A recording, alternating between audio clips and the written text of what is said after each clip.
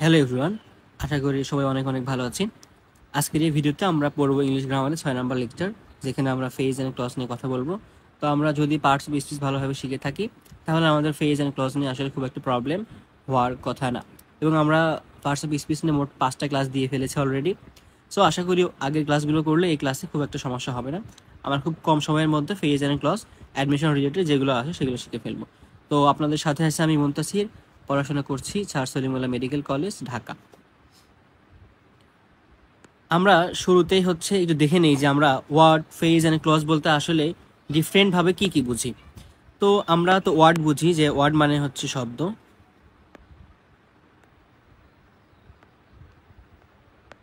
এরপরে ফ্রেজ মানে হচ্ছে শব্দগুচ্ছ। ফ্রেজ মানে কি ভাইয়া?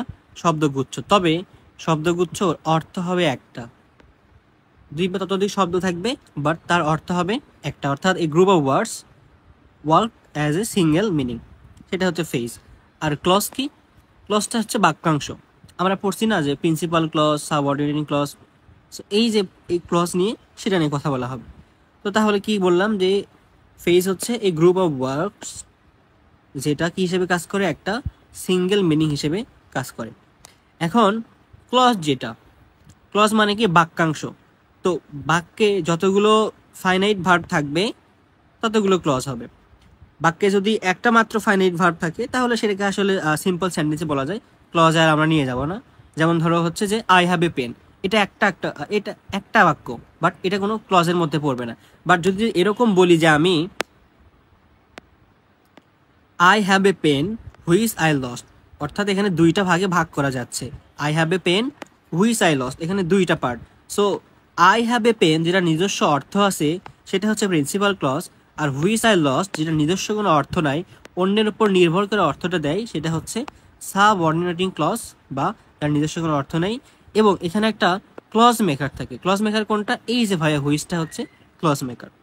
বোঝা গেল? এখন তাহলে ফ্রেজ অ্যান্ড ক্লজের মধ্যে পার্থক্য কি? দেখো, আই হ্যাভ এ পেন, এটা নিজস্ব অর্থ আছে, আমার একটি কলম আছে, বড় একটা অর্থ দিচ্ছে, একটা বাক্যই আর কি। আই লস্ট, যা আমি হারিয়েছি, একক কোনো অর্থ দিচ্ছে না। বাট দেখো, যখন আমরা ফ্রেজের ক্ষেত্রে বলবো, সেখানে একক অর্থ দিবে। যেমন দেখো, walking long the road I went the mosque, আমি দীর্ঘ একটি পথ পাড়ি দিয়ে মসজিদে গেলাম। সো এই যে দীর্ঘ একটি পথ পাড়ি দিয়ে, একক একটা জিনিস বোঝাচ্ছে, এই জন্য এটা হচ্ছে ফ্রেজ। এবং এই যে এখানে ফাইনাইট ভার্ব আছে, এটা হচ্ছে একটা ক্লজ। বাট তার আগে দেখো, এখানে কিন্তু কোনো ফাইনাইট ভার্ব নাই। সো এটা তাহলে হচ্ছে ক্লজ হবে না, এটা আপাতত শিওর। সো আমরা ফ্রেজ অ্যান্ড ক্লজ সম্পর্কে মোটামুটি একটা ভালো আইডিয়া পাইছি। বাট পরীক্ষাতে কিভাবে আসে? এভাবে আসে না। আমরা পরীক্ষাতে যেভাবে আসে, দেখো যে ফ্রেজগুলো কি কি হয়, ফ্রেজগুলো হয় কি কি, আর হচ্ছে ক্লজগুলো হয় কি কি। তো বেশ কিছু প্রকার ফ্রেজ আছে, আমরা সবগুলো প্রকার আসলে শিখবো না, যেগুলো পরীক্ষাতে আসে সেগুলো নিয়ে কথা বলবো। এত প্রকার শিখে আমাদের মাথার মধ্যে জ্যাম করার কোনো দরকার নেই। সো ফেজের ক্ষেত্রে নাউন ফেজ, অ্যাডভার্ব ফেজ বা adverbial phrase, adjective phrase, prepositional phrase. আর ক্লজের ক্ষেত্রে noun clause, adverbial clause, adjective clause, verbal clause বা ভার্বাল ফেজ, এরকম আরও বেশ কিছু প্রকার ফেজ আছে। বাট আমাদের লাগবে হচ্ছে এই কয়েকটা। এখন বলো তো, আমরা পার্টস অফ স্পিচ শিখছি, তো একটা ওয়ার্ডের জায়গায়, ধরো নাউনের জায়গায় যদি নাউন ফেজ বসে, তাহলে কিন্তু কোনো প্রবলেম হবে না। তাহলে আমরা কি বলতেছি? নাউনের জায়গায় নাউন ফেজ, অ্যাডভার্বের জায়গায় অ্যাডভার্বিয়াল ফেজ, বা অ্যাডভার্বের জায়গায় অ্যাডভার্বিয়াল ক্লজ। সো এই যে জায়গায় বলতেছি, আমরা জায়গায় বলতেছি, এই যে হচ্ছে এটা পরিবর্তে ব্যবহৃত হচ্ছে। তাহলে নাউনের পরিবর্তে ব্যবহৃত হচ্ছে, বা নাউনের জায়গায় গিয়ে হচ্ছে নাউন ফেজটা বসতেছে। এটাকে আমরা বুঝতে পারলাম। চলো আমরা প্রকারভেদগুলো একটু জাস্ট সংজ্ঞাটা হালকাভাবে জেনে নিই, যদিও আমাদের সংজ্ঞাটা কোথাও লাগবে না। দেখো, নাউন ফেজ, যে ফেজটা কি করে? নাউনের মতো হচ্ছে কাজ করে। যেমন হচ্ছে the little boy is crying, এখানে দ্য লিটল বয় একক অর্থ দিচ্ছে, এবং এটা হচ্ছে নাউন হিসেবে কাজ করতেছে। নাউন হিসেবে কিভাবে কাজ করতেছে ভাইয়া? দেখো তো, হু ইজ ক্রাইং, এখানে হুর অ্যান্সারটাকে দিচ্ছে দ্য লিটল বয়। তাহলে সাবজেক্টটাকে, সাবজেক্ট হচ্ছে লিটল বয়। আমরা জানি সাবজেক্ট হতে হলে হয় নাউন সেটা, অথবা প্রোনাউন। যেহেতু এখানে দ্য লিটল বয় কোনো প্রোনাউন না, নাউন, সো এখানে দ্য লিটল বয়টা কি? এখানে নাউন। অতএব যেহেতু এটা একটা ওয়ার্ড না, একগুচ্ছ ওয়ার্ড, এই জন্য এটা হচ্ছে নাউন ফেজ। অ্যাডজেক্টিভ ফেজ, যেটা হচ্ছে অ্যাডজেক্টিভের পরিবর্তে বসে, বা যেটা নাউনকে মডিফাই করে, বা নাউনের দোষ গুণ অবস্থা সংখ্যা পরিমাণ এগুলো বোঝায়, সেটা হচ্ছে অ্যাডজেক্টিভ ফ্রেজ। যেমন দেখো, the girl with long hair. So এই উইথ লং হেয়ারটা কাকে মডিফাই করতেছে? দ্য গার্লকে। সো যেটা নাউনকে মডিফাই করে সেটা হচ্ছে অ্যাডজেক্টিভ, আর যেহেতু এখানে এক গুচ্ছ ওয়ার্ড, এজন্য এটা অ্যাডজেক্টিভ ফ্রেজ। অ্যাডভার্ব একই কথা, যেটা হচ্ছে ভার্বকে, অ্যাডজেক্টিভকে বা অন্যান্য পার্টস অফ স্পিচকে মডিফাই করে, সেটা হচ্ছে অ্যাডভার্বিয়াল ফ্রেজ। যেমন he ran very quickly. Say run কিভাবে কিভাবে কিভাবে ভেরি কুইকলি। সো এখানে ভেরি কুইকলিটা কি হবে ভাইয়া? এখানে ভেরি কুইকলিটা হবে হচ্ছে অ্যাডভার্বিয়াল ফ্রেজ। আচ্ছা ক্লজ কেন না? আচ্ছা ভেরি কুইকলির মধ্যে কি কোনো ফাইনাইট ভার্ব আছে? না, তাহলে এটার ক্লজ হবে না। সো প্রিপজিশনাল ফ্রেজ, যেটা প্রিপজিশন রিলেটেড, যেমন he sat on the chair. তাহলে অন দ্য চেয়ার এটা কি হবে? Prepositional phrase.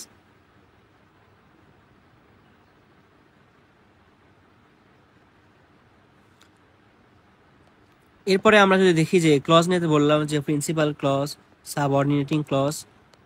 সাবঅর্ডিনেট ক্লজগুলো আবার হচ্ছে তিন ধরনের: নাউন ক্লজ, অ্যাডজেক্টিভ ক্লজ এবং হচ্ছে adverbial clause. So noun clause কোনটা দেখো, আই নো আমি জানি, দ্যাট হি ইজ ইনোসেন্ট আমি কি জানি, এটা কি জানি, তাহলে that he is honest. So I know that he is honest. So এখানে কি দ্বারা প্রশ্ন করে উত্তর পাচ্ছি, যদি কোনো কিছু কি দ্বারা প্রশ্ন করে উত্তর পায় সেটা হবে নাউন। তারপরে the man who is wearing the blue shirts, the man who is wearing. So the ম্যানকে এখানে মডিফাই করতেছে, যদি নাউনকে মডিফাই করে তাহলে সেটা কি হবে? Adjective clause. তারপরে আসি adverb clause. I will call you when I reach home. আমি তোমাকে কল দিব কখন?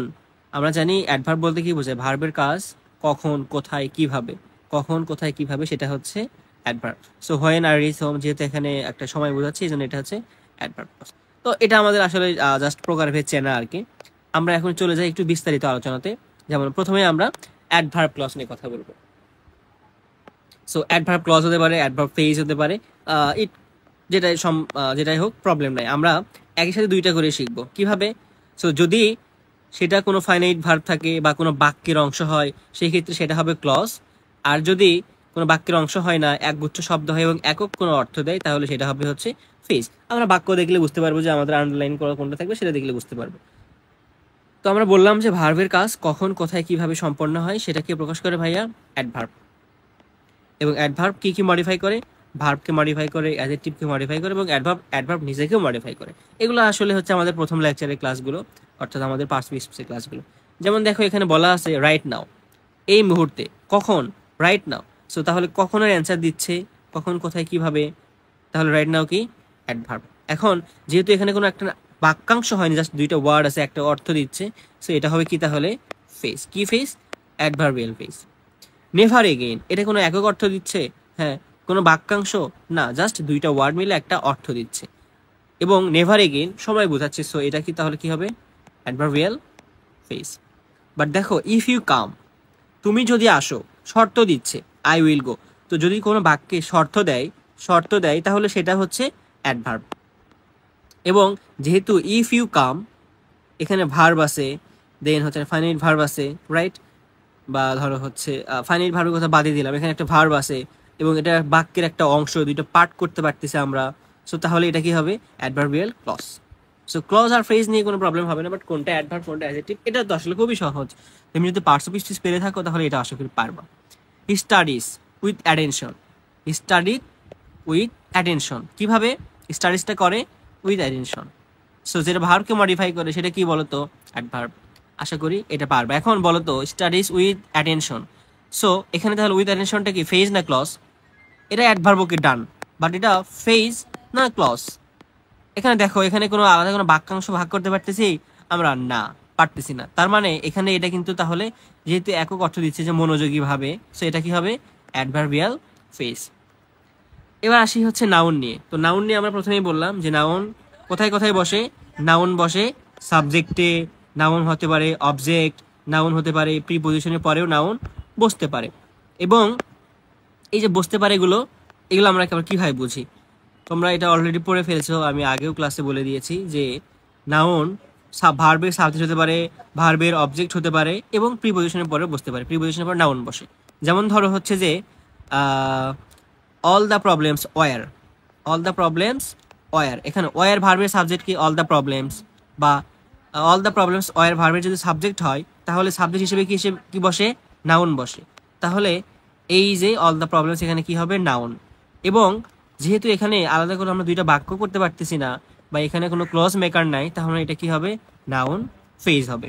তারপর দেখো আই হেট দেয়ার ডিসিশন, এখানে আই হেট দেয়ার ডিসিশন, হেট করি কোনটা, দেয়ার ডিসিশনকে। দেয়ার ডিসিশন এখানে কি, অ্যাজ ইট সরি অবজেক্ট, এর দেয়ার ডিসিশনটা কি এখানে ভাইয়া, অবজেক্ট। সে যদি অবজেক্ট হয় তাহলে অবজেক্ট হিসেবে হতে পারে নাউন, এবং এখানে কিন্তু কোনো ক্লজ নেই, তার মানে এটা কি হবে, ফেজ হবে। আবার দেখো আমরা কি দ্বারা প্রশ্ন করে উত্তর পেতে পারি, অথবা ইট দ্বারা রিপ্লেস করতে পারি। যেমন ধরো all the problems were solve, আমরা যদি বলি যে ইট ওয়ার সলভ, কোনো সমস্যা হবে না। আমরা যদি বলি আই হেট ইট, কোনো প্রবলেম হবে, no. They waited for our arrival, they waited for it হতে পারে। আবার দেখো এখানে বললাম যে আমরা প্রিপজিশনের পরে কি বসে, নাউন বসে। এখানে ফরটা হচ্ছে প্রিপজিশন, তারপরে এটা নাউন। যেহেতু এখানে কোনো বাক্যাংশ তৈরি হয়নি এই জন্য এটা তাহলে কি হবে, ফেজ হবে। বাট দেখো আই নো, আমি জানি, কি জানি, কি দ্বারা প্রশ্নের উত্তর পাচ্ছি, হোয়ার হি লিভস। আই নো, আমি জানি, কি জানি, হোয়ার হি লিভস। যেহেতু এখানে একটা ক্লজ মেকারটা আছে, এখানে একটা ক্লজ মেকার আছে, তার মানে এটা যেহেতু নাউন এবং ক্লজ মেকার আছে, তার মানে এটা কি হবে, নাউন ক্লজ হবে। যদি এখন দেখো আই নো, আমি জানি, কি জানি, হোয়ার হি লিভস। এখন যদি এরকম হতো যে জাস্ট চিন্তা করো, I know the place where he lives. এখন বলতে পারো I know the place where he lives. ভাইয়া এই বাক্যে যদি মার্ক করা থাকে I know where he lives, তাহলে এটা কোন ক্লজ হবে, নাউন ক্লজ না অ্যাডজেক্টিভ ক্লজ না অ্যাডভার্ব ক্লজ? দেখো তো I know the place where he lives, এখানে হোয়ার হি লিভসটা কাকে মডিফাই করতেছে, দ্য প্লেসকে মডিফাই করতেছে। তাহলে কোনো কিছুকে যদি নাউনকে মডিফাই করে তাহলে সেটা কি হবে, এটা হবে অ্যাডজেক্টিভ। দেখো যে আই নো দ্য প্লেস, এখানে আই নো দ্য প্লেস, প্লেসের সাথে সম্পর্কযুক্ত একটা থাকতেছে, অর্থাৎ নাউন প্লাস সম্পর্কযুক্ত কোনো কিছু থাকলে সেটা হবে অ্যাডজেক্টিভ। নাউন প্লাস সম্পর্কযুক্ত কিছু থাকলে সেটা হবে অ্যাডজেক্টিভ। আর যদি এরকম হতো যে I know where he lives, এখানে নোর সাথে কিন্তু এখানে হোয়ার হি লিভসের কোনো সম্পর্কটা নাই। আসলে প্রশ্ন করলে উত্তর দিচ্ছে, বাট এটা আমি একটা আই নো কি, আই নো ইট, ইট দ্বারাও রিপ্লেস করা যাচ্ছে, বাট তুমি এখানে রিপ্লেস করতে পারবা আই নো দ্য প্লেস, ইট হইলো, হবে না। তার মানে এটা কিন্তু অ্যাডজেক্টিভ ক্লজ হবে। আশা করি এইটুকু ক্লিয়ার। এবার তাহলে আসি অ্যাডজেক্টিভ ক্লজে। আমরা কি দেখতেছি, অ্যাডজেক্টিভ ক্লজ। যেমন দেখো নাউন প্রোনাউনকে মডিফাই করে, আমরা জানি যেটা সাবজেক্টকে মডিফাই করে, সম্পর্কযুক্ত বা অ্যান্টিসিডেন্ট, যেমন আই নো দ্য প্লেস। আচ্ছা দেখো এখানে দুইটা হতে পারে, যদি the place where he lives তাহলে এটা হচ্ছে নাউন ক্লজ, আর যদি শুধুমাত্র এইটুকু মার্ক করা থাকে হোয়ার হি লিভস এই বাক্যের ক্ষেত্রে, সেটা কাকে মডিফাই করতেছে, দ্য প্লেসকে, তাহলে এইটুকু হবে অ্যাডজেক্টিভ ক্লজ। বোঝা গেল ভাইয়া? আশা করি আমরা এটা বুঝতে পারছি। আমরা এখন কিছু র্যান্ডম বাক্য একটু প্র্যাকটিস করি, তাহলে আমাদের পড়াটা আচ্ছা। প্রিপজিশনাল ফ্রেজ, যেমন দেখো the pond in front of our college is large. So in front of, এটা তাহলে প্রিপজিশন, আর এটা যেহেতু কোনো বাক্যাংশ না, এটা তাহলে ফ্রেজ, প্রিপজিশনাল ফ্রেজ। আমরা কিছু র্যান্ডম বাক্য প্র্যাকটিস করি, তাহলে আমাদের পড়াশোনাটা আর একটু যথাপযুক্ত হবে। যেমন দেখো I saw the man when he come, যখন সে এসেছিল। সো এখানে দ্য ম্যান আমাদের আন্ডারলাইন করা আছে, ধরো হচ্ছে when he come, এটা কোন ক্লজ? দেখো I saw when he come, so এখানে সটা কাকে মডিফাই করতেছে বা হয়নি কাকে সকে। সো এটা যেহেতু একটা সময় বোঝাচ্ছে অ্যাডভার্ব ক্লজ। এটু ক্লিয়ার ভাইয়া? আশা করি ক্লিয়ার। পরের একটা বাক্য দেখো,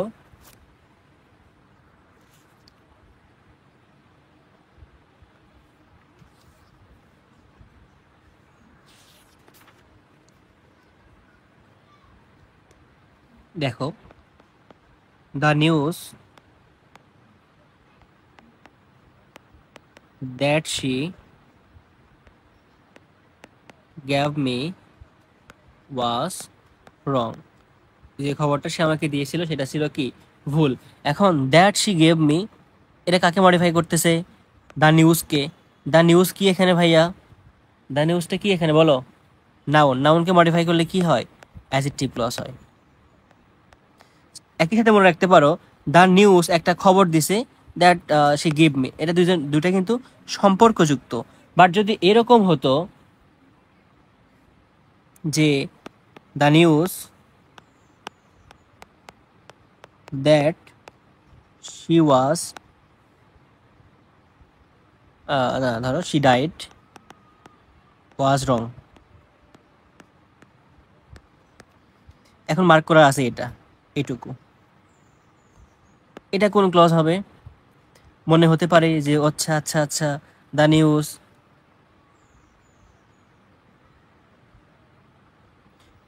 that she was died was, এখানে মনে হতে পারে দ্য নিউজ তোমার ধরো হচ্ছে যে এর কি সম্পর্কযুক্ত? শি ডাইড, সে মরতেই পারে। বাট আমাকে যেরকম আগেরটা ছিল যে আমাকে যেটা দিছে সেটা ভুল, বাট আমি যেটা শুনলাম বা যেটা মারা গেছে এটা ভুল। সো এই নিউজের সাথে শি ডাইডের কিন্তু কোনো ওইভাবে সম্পর্ক আমরা এখানে করতে পারতেছি না।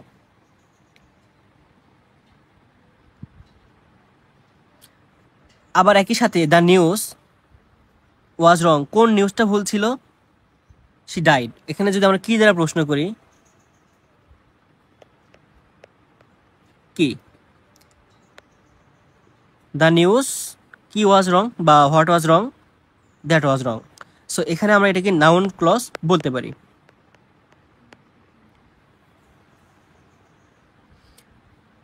আবার আগেরটা দ্যাট শি গ্যাভ মি, সে যেটা আমাকে দিয়েছিল সেই খবর, এবং আমাকে যে খবরটা দিয়েছিল খবরটা কি দেখো, এরকম যে আমাকে দিয়েছিল, আমাকে দিয়েছিল খবর, এবং খবর কি একটা হচ্ছে আমাকে দিয়েছিল এবং আরেকটা হলো মারা গিয়েছিল, তাহলে মারা গেছিল। ওকে, এখানে দুইটা পাচ্ছি, খবরের সাথে একটা পাচ্ছি আমাকে দিয়েছিল এবং আরেকটা পাচ্ছি মারা গিয়েছিল। সো আমাকে দিয়েছিল যেটা, এই তাহলে আমাকে আমি যদি বলি যে সে আমাকে যে খবরটা দিয়েছিল, সে আমাকে যে খবরটা দিয়েছিল, এখানে আমাকে দিয়েছিল কাকে মডিফাই করতেছে?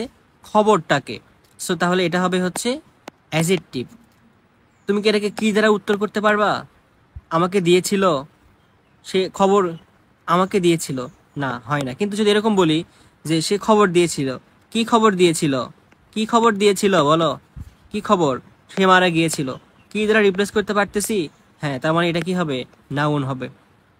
এবং খবরটা কিন্তু তুমি সে মারা গেল নাকি যেটা হলো সেটা হলো, এটা কিন্তু এখানে ফ্যাক্ট না, সম্পর্ক না। সম্পর্ক কার সাথে? আমাকে দিয়েছিল, সম্পর্কটা আমার সাথে। খবর বিভিন্ন রকম হতে পারে, নো প্রবলেম। খবরের প্রকারভেদ, অর্থাৎ খবরের প্রকারভেদ যখন বলতেছে যে মারা গেছে না বেঁচে আছে না কি করতেছে, সেটা হচ্ছে নাউন। বাট আমাকে যে দিয়েছিল দ্যাট শি গ্যাভ মি, এটা হচ্ছে অ্যাডজেক্টিভ। অনেক সময় নিয়ে ফেললাম আশা করি এখানে। তারপরে আমরা একটু দেখি যে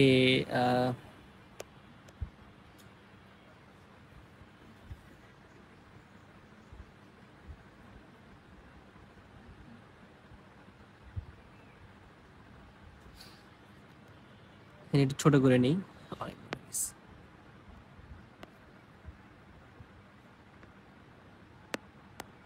ধরো আরেকটা বাক্য দেয়া আছে যেটা হচ্ছে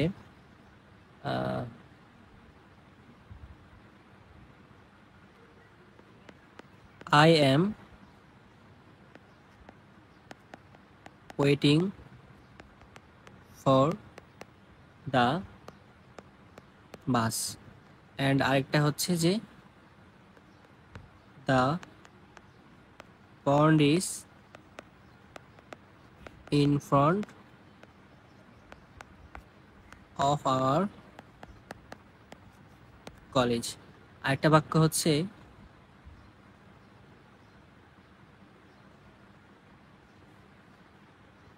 দ্য পন্ড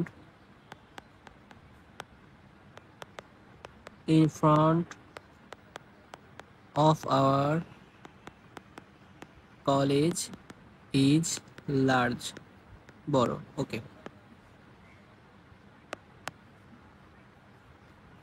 এখানে দেখো আই এম, এখানে বাক্য দেখে the font in front of our college, এখানে ইন ফ্রন্ট আছে, এখানে এটুকু আছে, so our college is large.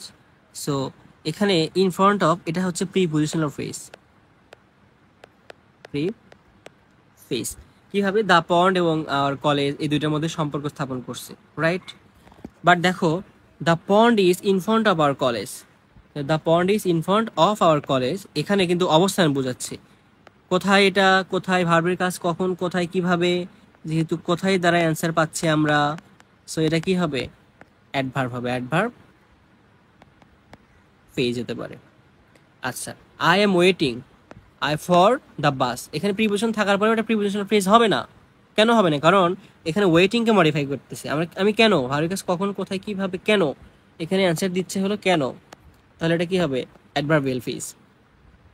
আর এখানে কিন্তু ওইরকম করে ইন ফ্রন্ট অফ যদি শুধুমাত্র মার্ক করা থাকে তাহলে কিন্তু এখানে কোনো আমরা হচ্ছে এই নাউন অ্যাডভার্ব ফ্রেজ পাবো না। এবং একই সাথে এটা জাস্ট নাউনের পরেই আছে, আর এটা সবসময় হচ্ছে ভার্বকে মডিফাই করতেছে। ইন ফ্রন্ট অফকে এখানে ভার্বকে মডিফাই করতেছে না, ইন ফ্রন্ট অফকে ভার্বকে মডিফাই করতেছে। তাহলে যেটা শিখলাম আমরা যে অ্যাডভার্বটা হচ্ছে ভার্বকে মডিফাই করবে, আর প্রিপজিশন যেটা এটা ভার্বকে মডিফাই করবে না। এটা নিয়ে কিন্তু পরীক্ষার হলে মাথা আমাদের ঘুরে যায়, এটা কিন্তু ভুল আর করবা না আশা করি। ক্লজের প্র্যাকটিসগুলো একটু প্র্যাকটিস করব। সো এখানে ভার্সিটি মেডিকেল বিষয়ে সবগুলো প্রশ্ন এখানে আছে। তো এখানে আমরা জাস্ট 20টা প্র্যাকটিস সাজিয়ে রেখেছি। তো আশা করি এইগুলো প্র্যাকটিস করলে আমাদের ফ্রেজ অ্যান্ড ক্লজ নিয়ে আর ওইভাবে কোনো প্রবলেম হবে না। সো প্রথম বাক্যটি একটু খেয়াল করি, writing a diary is a very good practice, তারপর dot dot dot. So writing a diary লেখা, so is very good practice. So আমরা জানি ভার্বের সাবজেক্ট যেটা হয় সেটা সবসময় হচ্ছে নাউন ক্লজ হয় বা নাউন হয়, অথবা কি একটি ভালো প্র্যাকটিস, কি এর অ্যান্সার দিচ্ছে কে? Noun clause. ওকে, এরপরে 2 নম্বর বাক্যটাতে আসি, he is a man to depend on. তাহলে he is a man to depend on, এখানে ম্যান সম্পর্কে এক্সট্রা তথ্য দিচ্ছে, যেটা হচ্ছে সম্পর্কযুক্ত। সো যদি এরকম, অথবা ম্যানকে হচ্ছে মডিফাই করতেছে, সেটা তাহলে কি হবে সেখানে ভাইয়া? অ্যাজেক্টিভ হবে। সো আগেরটা যদি খেয়াল করি, এখানে মেবি ক্লজ বলছি, এটা আসলে ক্লজ না, যেহেতু এখানে কোনো বাক্যাংশ হয়নি, এটা হচ্ছে ফেস। সো এটা হচ্ছে 1 নাম্বারটা হচ্ছে নাউন ফেস, 2 নাম্বারটা হচ্ছে অ্যাজেক্টিভ ফেস। 3 নাম্বারটাতে আসি, 3 নাম্বারটা হচ্ছে his dream that he will be a BCS cadre finally come true. So তার কোন ড্রিম, বা তার ড্রিমটা কী ছিল, হোয়াট ইজ হিজ ড্রিম? তাহলে dream that he will be a BCS cadre, তাহলে এখানে কি এর উত্তর দিচ্ছে? সো আমরা জানি কি এর উত্তর দিলে সেটা কি হয়? নাউন হয়। এখন যেহেতু এখানে ক্লজ মেকার আছে, দ্যাট আছে, সো তার মানে এটা হচ্ছে নাউন ক্লজ। 4 নাম্বারটা খেয়াল করি, by the end of the meal, একটা সময় বলছে, ভার্বের কাজ কখন, কোথায়, কিভাবে। সো তার মানে by the end of the meal, তার মানে যেহেতু সময় বলছে, সো অ্যাডভার্ব, আর যেহেতু ক্লজ না, তার মানে এটা হচ্ছে ফেস। 5 নাম্বারটা একটু খেয়াল করি, 5 নাম্বারে বলছে যে I know the place where he was born. So এখানে প্লেস সম্পর্ক কার সাথে সম্পর্ক? প্লেসের সাথে সম্পর্ক। সো বা প্লেসকে মডিফাই করতেছে, নাউনকে মডিফাই করতেছে, সো তার মানে এটা হবে হচ্ছে অ্যাডজেক্টিভ। আর যেহেতু এটা হোয়ার হি ওয়াজ বর্ন, সো এটা তাহলে হবে ক্লজ। 6 নাম্বারটা একটু খেয়াল করি ভাইয়া। 6 নাম্বার হচ্ছে what he says is true. এখানে আগের মতো যে ইজ ভার্বের সাবজেক্ট হচ্ছে হোয়াট হি সেজ, তো এটা হবে নাউন ক্লজ। 7 নাম্বারটা the train is moving, moving so moving fast enough. So এটা যেহেতু মুভিং অর্থাৎ ভার্বকে মডিফাই করতেছে, ভার্বকে মডিফাই করলে তাহলে সেটা কি হয় ভাইয়া? ভার্বকে মডিফাই করলে হয় অ্যাডভার্ব, অ্যাডভার্বিয়াল ফেজ। 8 নাম্বারতে nobody knows when he will come. কেউ জানে না, এখন কি জানে না। তুমি যদি ভার্বকে প্রশ্ন করো যে কি জানে না, তখন তুমি অ্যান্সারটা পাচ্ছ। সো কি জানে না দিয়ে প্রশ্ন করে যদি আমরা অ্যান্সারটা পাই, তাহলে সেটা অবশ্যই নাউন। আর যেহেতু এখানে হচ্ছে হোয়েন, এখানে ক্লজ মেকারটা আছে, সো এটা কি হবে? Clause.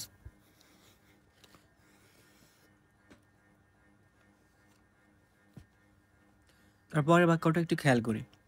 A woman with a evil over her body, with a veil over her body. So এখানে ওমেন সম্পর্কে এক্সট্রা তথ্য কে দিচ্ছে বা অ্যান্টিসিডেন্ট কি? এটা। এবং এটা হচ্ছে যে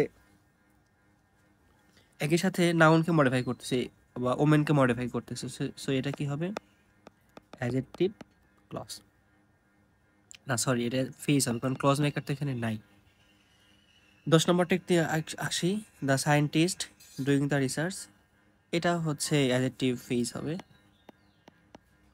কারণ এখানে সায়েন্টিস্ট সম্পর্কে এক্সট্রা তথ্য দিচ্ছে। ওকে,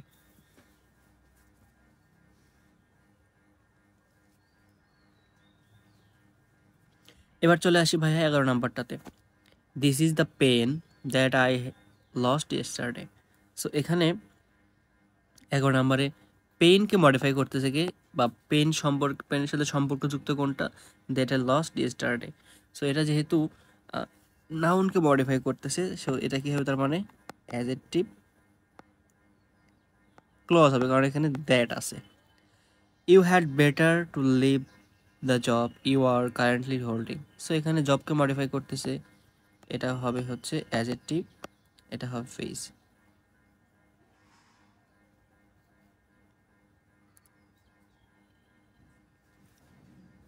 আচ্ছা, এটা ফেস হবে না ক্লজ হবে? ইউ আর কারেন্টলি হোল্ডিং একটা সম্পূর্ণ একটা বাক্যাংশ, একক কোনো অর্থ দিচ্ছে না, একক কোনো অর্থ দিচ্ছে না, এটা সম্পূর্ণ একটা বাক্য। এখানে অ্যাকচুয়ালি হচ্ছে দ্যাটটা উজ্জ্ব আছে, সো এটা সেই হিসেবে হবে কি? Adjective clause. 13 নম্বরটাতে আসি। Behave, how a gentleman behaves. So how a gentleman behaves, so ব্যবহার করে, কীরকম করে, কিভাবে। সো কীভাবে অ্যান্সার পাচ্ছি আমরা, তার মানে এটা হবে অ্যাডভার্ব। এটা নিয়ে কোনো প্রবলেম আছে? আশা করি কোনো প্রবলেম নাই এটা নিয়ে। আর যেহেতু হাউ এ জেন্টলম্যান বিহেভস, এটা হচ্ছে একটা একক কোনো বাক্যাংশ না, একটা হচ্ছে মানে পুরোপুরি একটা বাক্য, যে how a gentleman behaves. So এটাকে আমরা তাহলে কি বলবো? Clause. He worked with sincerity, এটা তার মানে হচ্ছে অ্যাডভার্বিয়াল ফেস, যেহেতু এখানে কোনো ক্লজ মেকার নাই বা একটা অর্থ দিচ্ছে। I spoke him very often, মাঝে মাঝে কথা বলি, সো তার মানে এটা হবে অ্যাডভার্বিয়াল ফেস। 16 নম্বরটাতে আসি। You may go wherever you like, wherever you like, so তুমি যেখানে খুশি সেখানে যেতে পারো। 17 নাম্বারটা। এখন ও না সরি, 16 নাম্বারটা। এটা যেহেতু কোথায়, কখন, কোথায়, ভার্বের কাজ কখন, কোথায়, কিভাবে সেটা বলে অ্যাডভার্ব হয়, সো এটা হচ্ছে অ্যাডভার্ব। এবং যেহেতু এটা হচ্ছে হোয়ার এভার দিয়ে শুরু হয়েছে, একটা ক্লজ মেকার আমরা এখানে পাচ্ছি, সো এটা কি হবে? ক্লজ হবে।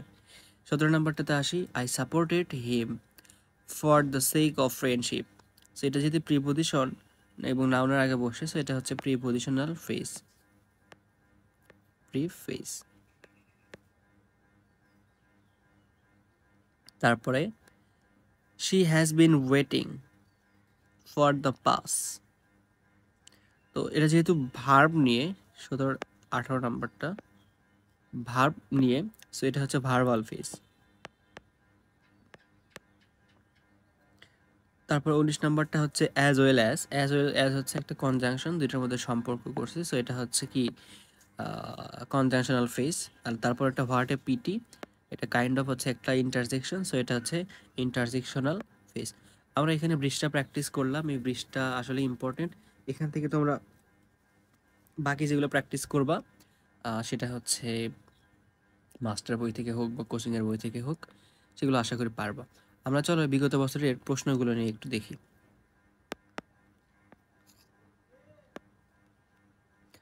I have no kith and kin, এটা মানে হচ্ছে আত্মীয় স্বজন। সো আমার নাই, কি নাই, কি নাই বলো তো? So, এটা কি দ্বারা অ্যান্সার করে উত্তর পাচ্ছি, সো এটা noun clause.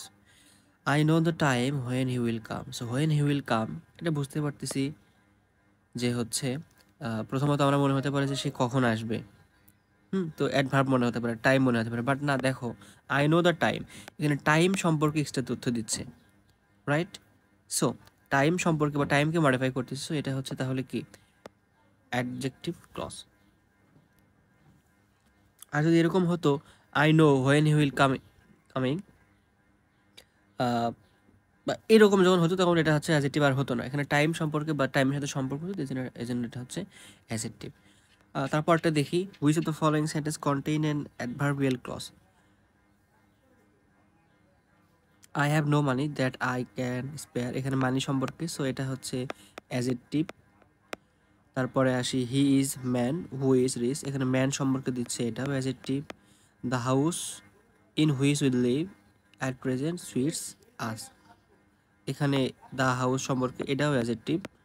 You can be allowed here here only if you are student, so এখানে শর্ত দিচ্ছে, আমরা পড়ছিলাম যে শর্ত থাকলে সেটা হয় অ্যাডভার্বিয়াল হয়। তারপরটাতে আসি,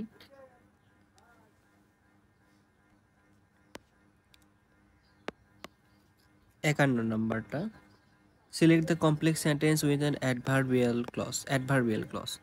সো দেখি আমরা প্রথম থেকে আসি, আই হ্যাভ নো মানি, এটাও adjective. You may criticise what I do, এটা হচ্ছে নাউন ক্লজ। তারপরটাতে I am sure that I will pass, এটা হচ্ছে আমি শিওর, কি sure, that I will pass, so এটাও noun clause. He is so weak that he can not walk, সে এতটাই দুর্বল যে হাঁটতে পারতেছে না। সো এখানে কেন হাঁটতে পারতেছে না, হি is so week, right? So এই যে আমাদের হচ্ছে শর্ত শর্ত দেওয়া থাকতেছে, সো এটা তার মানে হবে হচ্ছে অ্যাডভার্বিয়াল ক্লজ।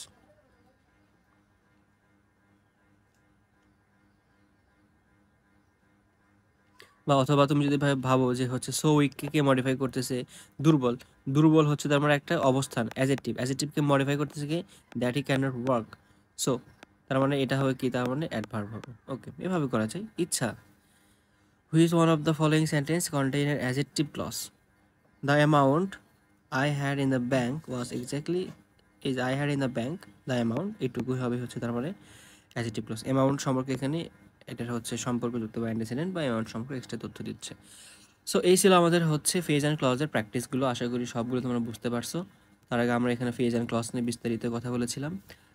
আশা করি কোনো প্রবলেম থাকার কথা না, তারপর যদি কোনো প্রবলেম থাকে অবশ্যই কমেন্টে জানাবা অথবা আমাদের ইনবক্সে মেসেজ দিবা।